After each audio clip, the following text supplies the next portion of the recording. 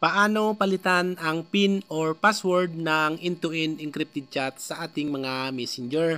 So yan po loads ang ituturo natin sa tutorial na ito. So napakadali lang naman po nito gawin mga loads. Kung hindi nyo pa po alam kung paano magpalit ng PIN sa end-to-end encrypted, ganito lang po ang gawin nyo.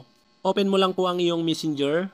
Dito sa messenger mo, hanapin mo itong tatlong slash na yan, i-click mo yan. And then mapupunta tayo dito.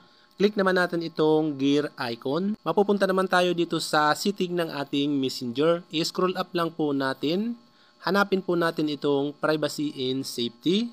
Click natin. Dito sa privacy and safety, hanapin natin itong end-to-end encrypted chat. Ayan, i-click naman natin yan. Mapupunta tayo dito sa end-to-end encrypted chat. So dito mga loadies, magtataka kayo ang iba sa inyo, hindi po ganito ang lumalabas na setting or option. Minsan po dalawa, minsan naman po tatlo, minsan po wala pong message storage.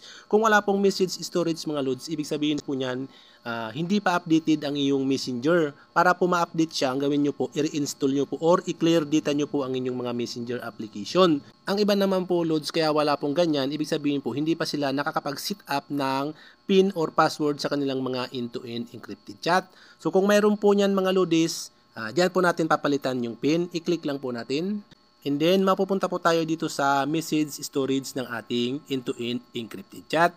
So para po ma-reset yung password, i-click lang po natin itong reset PIN. Tapos mapupunta po tayo dito. Ngayon po mag-create na po tayo ng new PIN or password sa ating mga end-to-end encrypted.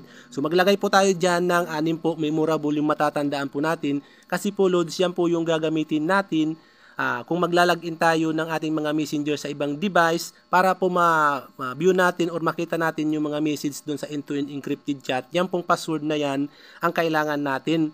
Kasi po kung hindi po natin mai-enter yan, yung mga na-store pong message natin, hindi nyo po mababasa yan kahit ilagin nyo po ang account niyan. Kaya make sure lang po na matatandaan nyo po yung password ng inyong end-to-end encrypted chat sa messenger. Pag once po loads na nailagay mo na, i-click mo na lang po itong submit na yan. And then, mati-change na po yung PIN or password ng inyong mga end-to-end encrypted chat.